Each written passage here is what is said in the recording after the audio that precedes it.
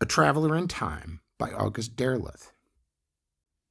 You can't always escape evils by running away from them, but it may help. "Tell me what time is," said Harrigan one late summer afternoon in a Madison Street bar. "I'd like to know." "A dimension," I answered. "Everybody knows that." "All right, granted. I know space is a dimension, and you can move forward or back in space. And of course, you keep on aging all the time." "Elementary," I said. "But what happens if you can move backward or forward in time? Do you age or get younger? Or do you keep the status quo?" "I'm not an authority on time, Tex. Do you know anyone who traveled in time?" Harrigan shrugged aside my question. That was the thing I couldn't get out of Vanderkamp either. He presumed to know everything else.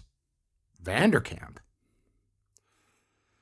He was another one of those strange people a reporter always runs into. Lived in New York, downtown, near the Bowery. Man of about 40, I'd say, but a little on the old-fashioned side. Dutch background. And hipped on the subject of New Amsterdam, which, in case you don't know, was the original name of New York City. "Don't mind my interrupting," I cut in, "but I'm not quite straight on what Vanderkamp has to do with time as dimension." "Oh, he was touched on the subject. He claimed to travel in it. The fact is, he invented a time-traveling machine." "You certainly meet the wax, Tex." "Don't I?" He grinned appreciatively and leaned reminiscently over the bar. But Vanderkamp had the wildest dreams of the lot. And in the end, he managed the neatest conjuring trick of them all. I was on the Brooklyn Enterprise at that time. I spent about a year there. Special features, though I was on a reporter's salary. Vanderkamp was something of a local celebrity in a minor way. He wrote articles on the early Dutch in New York, the nomenclature of the Dutch, the history of Dutch place names, and the like. He was handy with a pen, and even handier with tools. He was an amateur electrician, carpenter, house painter, and claimed to be an expert in genealogy. And he built a time-traveling machine. So he said. He gave me a rather hard time of it. He was a glib talker, and half the time I didn't know whether I was coming or going. He kept me on my toes by taking for granted that I accepted his basic premises. I got next to him on a tip. He could be close-mouthed as a clam, but his sister let things slip from time to time, and on this occasion she passed the word to one of her friends in a grocery store that her brother had invented a machine that took him off on trips into the past. It seemed like routine whack stuff, but Blake, who decided what went into the Enterprise and what didn't, sent me over to Manhattan to get something for the paper, on the theory that since Vanderkamp was well known in Brooklyn, it was good neighborhood copy. Vanderkamp was a sharp-eyed little fellow, about 5 feet or so in height, and I hit him at a good time. His sister said he had just come back from a trip. She left me to draw my own conclusions about what kind of trip, and I found him in a mild fit of temper. He was too upset, in fact, to be truculent, which was more like his nature. Was it true, I wanted to know, that he'd invented a machine that traveled in time? He didn't make any bones about it. "Certainly," he said. "I've been using it for the last month, and if my sister hadn't decided to blab, nobody would know about it yet. What about it?" "You believe it can take you backwards or forwards into the past or the future?" "Do I look crazy? I said so, didn't I?" Now, as a matter of fact, he did look crazy. Unlike most of the candidates for my file of queer people, Vanderkamp actually looked like a nut.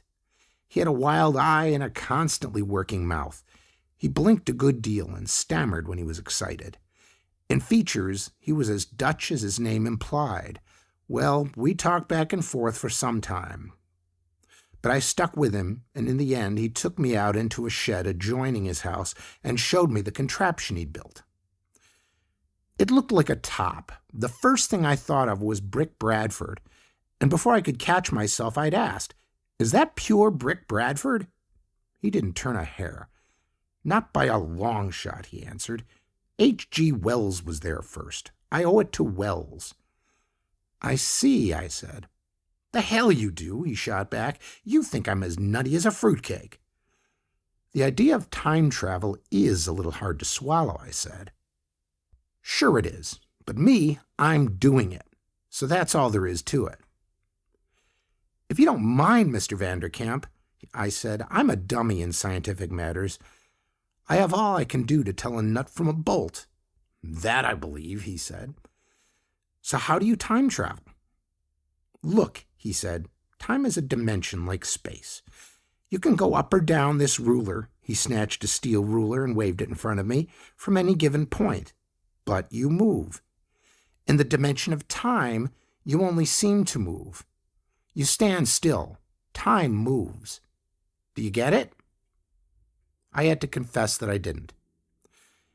He tried again, with obviously strained patience. Judging by what I could gather from what he said, it was possible for him, so he believed, to get into his machine, twirl a few knobs, push a few buttons, relax for any given period, and end up just where he liked, back in the past or ahead in the future. But wherever he ended up, he was still in the same spot. In other words, whether he was back in 1492 or ahead in 2092, the place he got out of his time machine was still his present address. It was beyond me, frankly, but I figured that as long as he was a little touched, it wouldn't do any harm to humor him. I intimated that I understood and asked him where he'd been last. His face fell, his brow clouded, and he said, "I've been ahead 30 years. He shook his head angrily. "What a time! I'll be 70, and you won't even be that, Mr. Harrigan. But we'll be in the middle of the worst atomic war you ever dreamed about." Now, this was before Hiroshima quite a bit. I didn't know what he was talking about, but it gives me a queer feeling now and then when I think of what he said, especially since it's still short of 30 years since that time. "It's no time to be living here," he went on. "Direct hits on the entire area. What would you do?" "I'd get out," I said. "That's what I thought," he said. "But that kind of warfare carries a long way, and I'm a man who loves his comforts reasonably. I don't intend to set up housekeeping in equatorial Africa or the forests of Brazil." "What did you see 30 years from now, Mr. Vanderkamp?" I asked him. "Everything blown to hell," he answered. "Not a building in all Manhattan," he leered and added. "And everybody who'll be living here at that time will be scattered into the atmosphere in fragments no bigger than an amoeba." "You fill me with anticipation," I said. So I went back to my desk and wrote the story. You could guess what kind it had to be. "Time travel is possible," says amateur scientist. That kind of thing. You can see it every week in large doses in the feature sections of some of the biggest chain papers. It went over like an average feature about life on the moon or prehistoric animals surviving in remote mountain valleys or what have you. Just what Vanderkamp went back to after I left, I don't know, but I have an idea that he gave his sister a devil of a time. Vanderkamp stalked into the house and confronted his sister. "You see, Julie? A reporter! Can't you learn to hold your tongue?" She threw him a scornful glance. "What difference does it make?" she cried. "You're gone all the time." "Maybe I'll take you along sometime. Just wait. Wait. That's all I've been doing. Since I was 10 years old, I've been waiting on you." "Oh, the hell with it." He turned on his heel and left the house. She followed him to the door and shouted after him, "Where are you going now?" "To New Amsterdam for a little peace and quiet," he said testily. He threw open the thick-walled door of his time machine and pulled it shut behind him. He sat down before the controls and began to chart his course for 1650.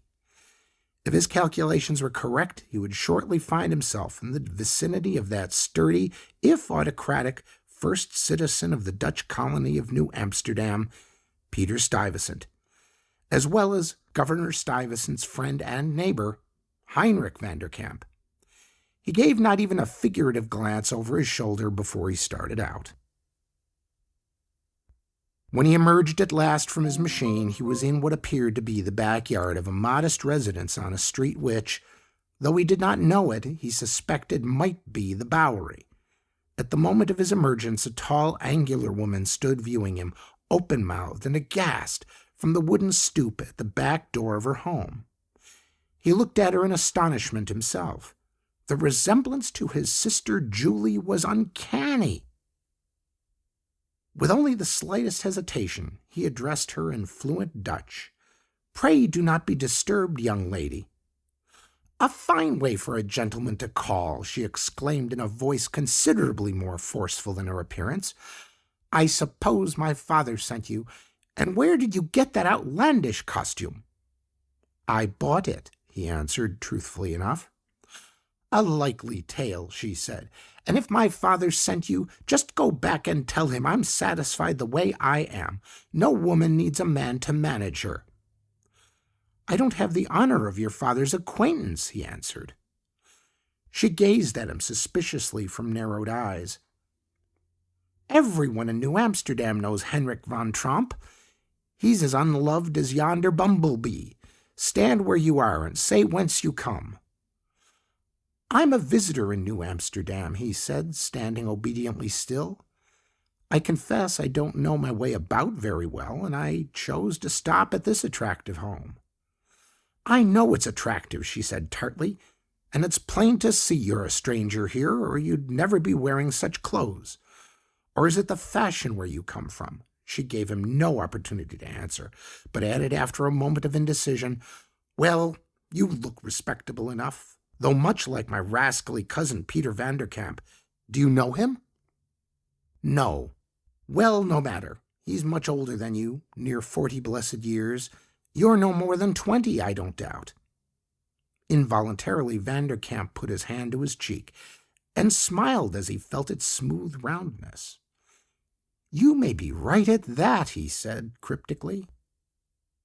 "You might as well come in," she said grudgingly. "What with the traffic on the road outside, the Indians, and people who come in such flighty vehicles as yours, I might as well live in the heart of the colony." He looked around. "And still," he said, "it is a pleasant spot. Peaceful, comfortable. I'm sure a man could live out his days here in contentment." "Oh, could he?" she said belligerently. "And where would I be while this went on?" He gazed at her beetling nose, her jutting chin. "A good question," he muttered thoughtfully. He followed her into the house. It was a treasury of antiquities, filling him with delight. Miss Anna von Tromp offered him a cup of milk, which he accepted, thanking her profusely. She talked volubly, eyeing him all the while with the utmost curiosity, and he gathered presently that her father had made several attempts to marry her off, disapproving of her solitary residence so far from the center of the city, but she had frowned upon one and all of the suitors he had encouraged to call on her. She was undeniably impressive, almost formidable, he conceded, privately, with a touch of the shrew and harridan. Life with Miss Anna von Tromp would not be easy, he reflected. But then life with his sister Julie was not easy, either. Miss Anna, however, had not to face atomic warfare. All she had to look forward to in 14 years was surrender to the besieging British, which she would have no trouble in surviving. He settled down to his ingratiating best and succeeded in making a most favorable impression on Miss Anna von Tromp before at last he took his leave, carrying with him a fine hand-wrought bowl with which the lady had presented him. He had a hunch he might come back. Of all the times he had visited since finishing the machine, he knew that old New Amsterdam in the 1650s was the one period most likely to keep him contented, provided Miss von Tromp didn't turn out to be a nuisance. So he took careful note of the set of his controls, jotting them down so that he would not be likely to forget them. It was late when he found himself back in his own time. His sister was waiting up for him. 2:00 in the morning, she screamed at him. "What are you doing to me? Oh, God, why didn't I marry when I had the chance instead of throwing away my life on a worthless brother?" Why don't you? It's not too late, he sighed wearily. How can you say that? She snapped bitterly. Here I am, 30 nearly, and worn out from working for you. Who would marry me now? Oh, if only I could have another chance. If I could be young again and do it all over, I'd know how to have a better life. In spite of his boredom with her, Vanderkamp felt the effect of this cry from a lonely heart. He looked at her pityingly. It was true, after all, that she had worked faithfully for him, without pay, since their parents died. Take a look at this, he said gently, offering her the bowl. Ha! Can we eat bowls? He raised his eyes heavenward and went wearily to bed. I saw Vanderkamp again about a fortnight later, Harrigan went on. Ran into him in a tavern on the Bowery. He recognized me and came over. That was some story you did, he said. Been bothered by cranks, I asked. Hell yes! Not too badly, though. They want to ride off somewhere just to get away. I get that feeling myself sometimes, but tell me, have you seen the morning papers? Now, by coincidence, the papers that morning had carried a story from some local nuclear physicist about the increasing probability that the atom would be smashed. I told him I'd seen it. What did I tell you? He said. I just smiled and asked where he'd been lately. He didn't hesitate to talk, perhaps because his sister had been giving him a hard time with her nagging. So I listened. It appeared, to hear him tell it, that he had been off visiting the Dutch in New Amsterdam. You could almost believe what he said, listening to him, except for that wild look he had. Anyway, he'd been in New Amsterdam about 1650, and he brought back a few trifling souvenirs of the trips. Would I like to see them? I said I would. I figured he'd got his hands on some nice antiques and wanted an appreciative audience.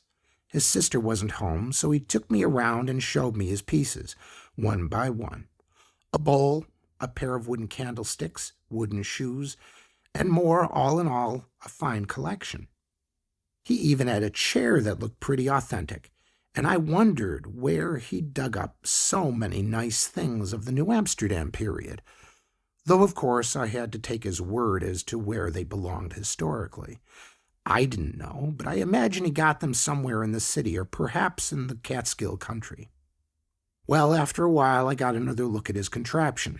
It didn't appear to have been moved at all. It was still sitting where it had been before, without a sign to say that it had been used to go anywhere, least of all into past time. Tell me, I said to him at last, when you go back in time, do you get younger? Yes and no, he said. Obviously. It wasn't obvious to me, but I couldn't get any more than that out of him. The thing I couldn't figure out was the reason for his claim. He wasn't trying to sell anything to anybody, as far as I could see. He wasn't anxious to tell the world about his time machine either. He didn't mind talking in his oblique fashion about his trips. He did talk about New Amsterdam as if he had pretty good acquaintance with the place. But then he was known as a minor authority on the customs of the Dutch colony. He was touched, obviously, just the same. He challenged me, in a way. I wanted to know something more about him, how his machine worked, how he took off, and so on. I made up my mind the next time I was in the neighborhood to look him up, hoping he wouldn't be home. When I made it, his sister was alone, and in a fine fellow, as cantankerous as a flea-bitten mastiff. He's gone again, she complained bitterly. Clearly the two of them were at odds. I asked her whether she had seen him go. She hadn't. He had just marched out to his shop, and that was an end to him as far as she was concerned.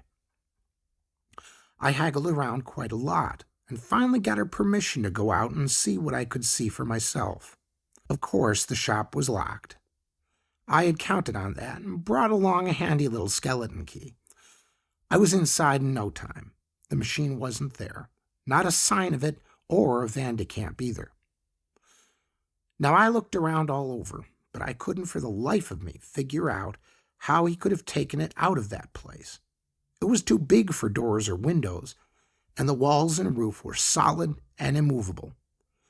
I figured that he couldn't have got such a large machine away without his sister seeing him, so I locked the place up and went back to the house.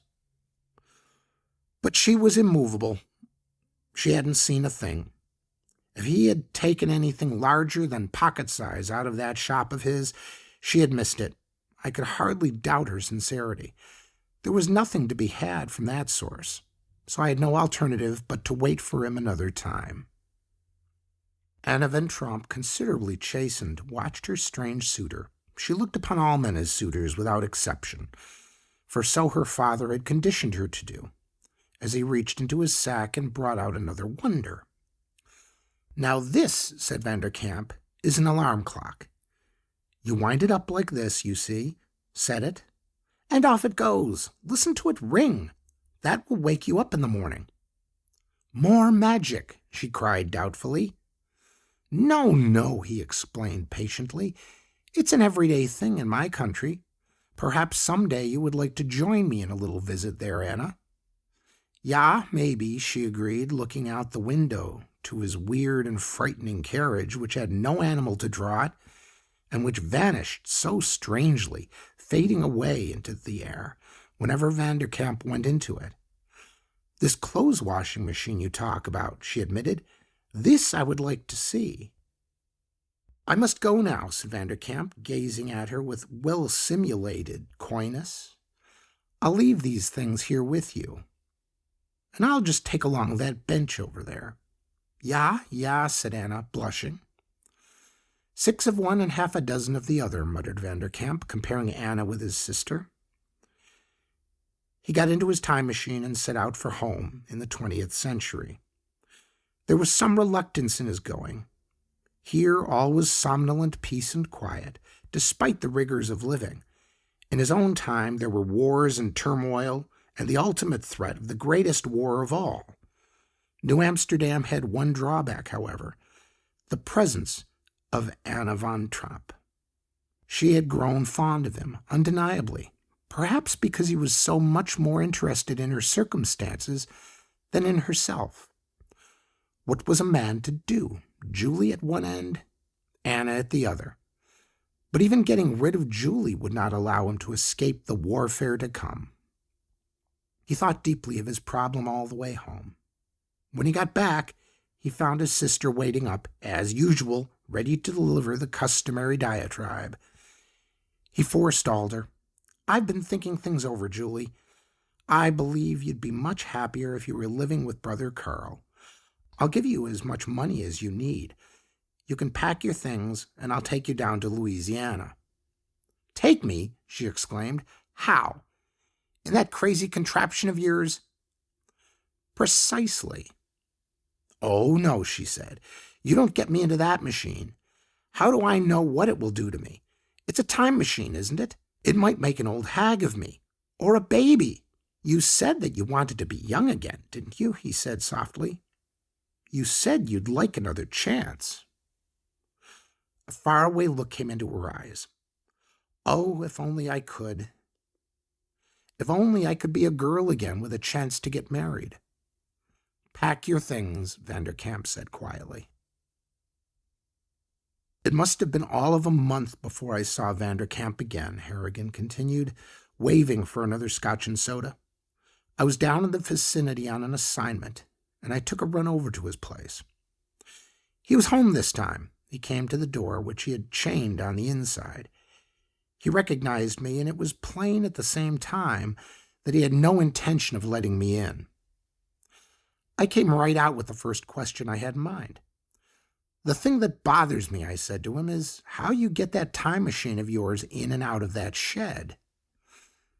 'Mr. Harrigan,' he answered, 'newspaper reporters ought to have at least elementary scientific knowledge. You don't. How in hell could even a time machine be in two places at once, I ask you? If I take that machine back 3 centuries, that's where it is. Not here. And 3 centuries ago, that shop wasn't standing there. So you don't go in or out. You don't move at all, remember? It's time that moves. I called the other day," I went on. "Your sister spoke to me. Give her my regards." My sisters left me, he said shortly, to stew, as you might say, in my own time machine. Really, I said. Just what do you have in mind to do next? Let me ask you something, Mr. Harrigan, he answered. Would you sit around here waiting for an atomic war if you could get away? Certainly not, I answered. Well then, I don't intend to either. All this while he was standing at the door, refusing to open it any wider or to let me in. He was making it pretty plain that there wasn't much he had to say to me, and he seemed to be in a hurry. Remember me to the inquiring public 30 years hence, Mr. Harrigan, he said at last, and closed the door. That was the last I saw of him. Harrigan finished his scotch and soda appreciatively and looked around for the bartender. Did he take off then? I asked. Like a rocket, said Harrigan. Queerest thing was that there wasn't a trace of him. The machine was gone too, the same way as the last time, without a disturbance in the shop. He and his machine had simply vanished off the face of the earth and were never heard from again. Matter of fact, though, Harrigan went on thoughtfully, Vanderkamp's disappearance wasn't the really queer angle on the pitch. The other thing broke in the papers the week after he left. The neighbors got pretty worked up about it. They called the police to tell them that Vanderkamp's sister Julie was back, only she was off her nut, and a good deal changed in appearance, too. Gal going blarmy was no news, of course, but that last bit about her appearance, they said she looked about 20 years older, all of a sudden, sort of rang a bell. So I went over there. It was Julie, all right, at least she looked a hell of a lot like Julie had when I last saw her, provided you could grant that a woman could age 20 years in the few weeks it had been. And she was off her rocker, sure enough, or hysterical, or at least madder than a wet hen.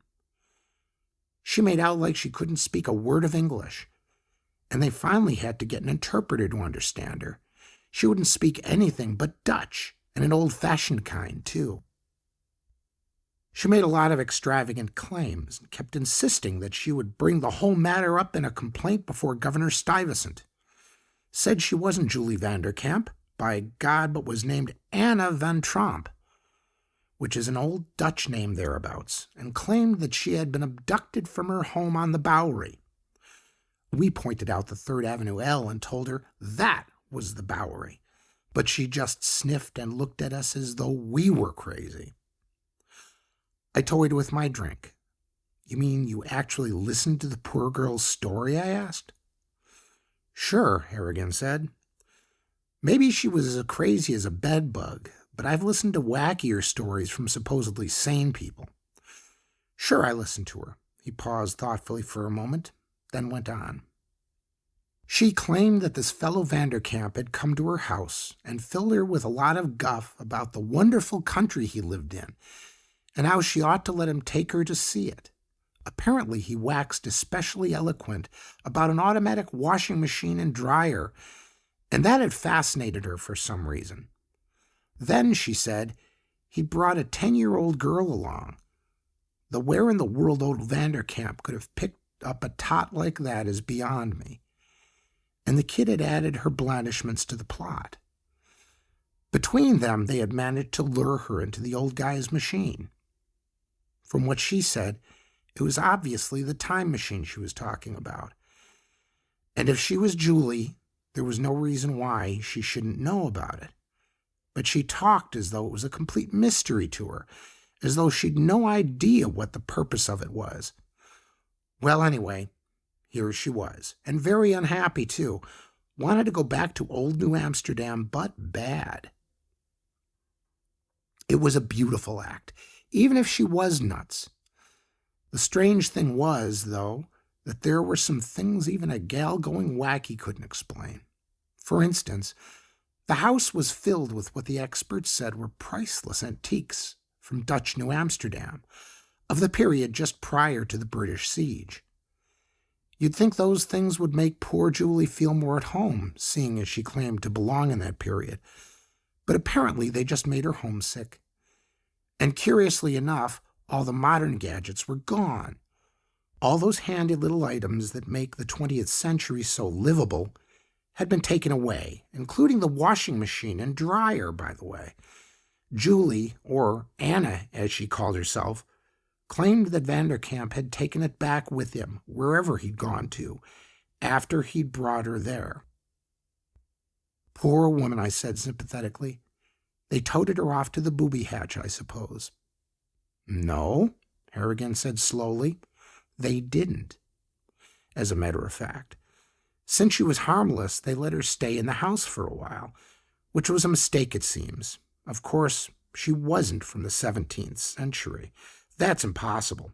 All the same, he broke off abruptly and stared moodily into his glass. What happened to her?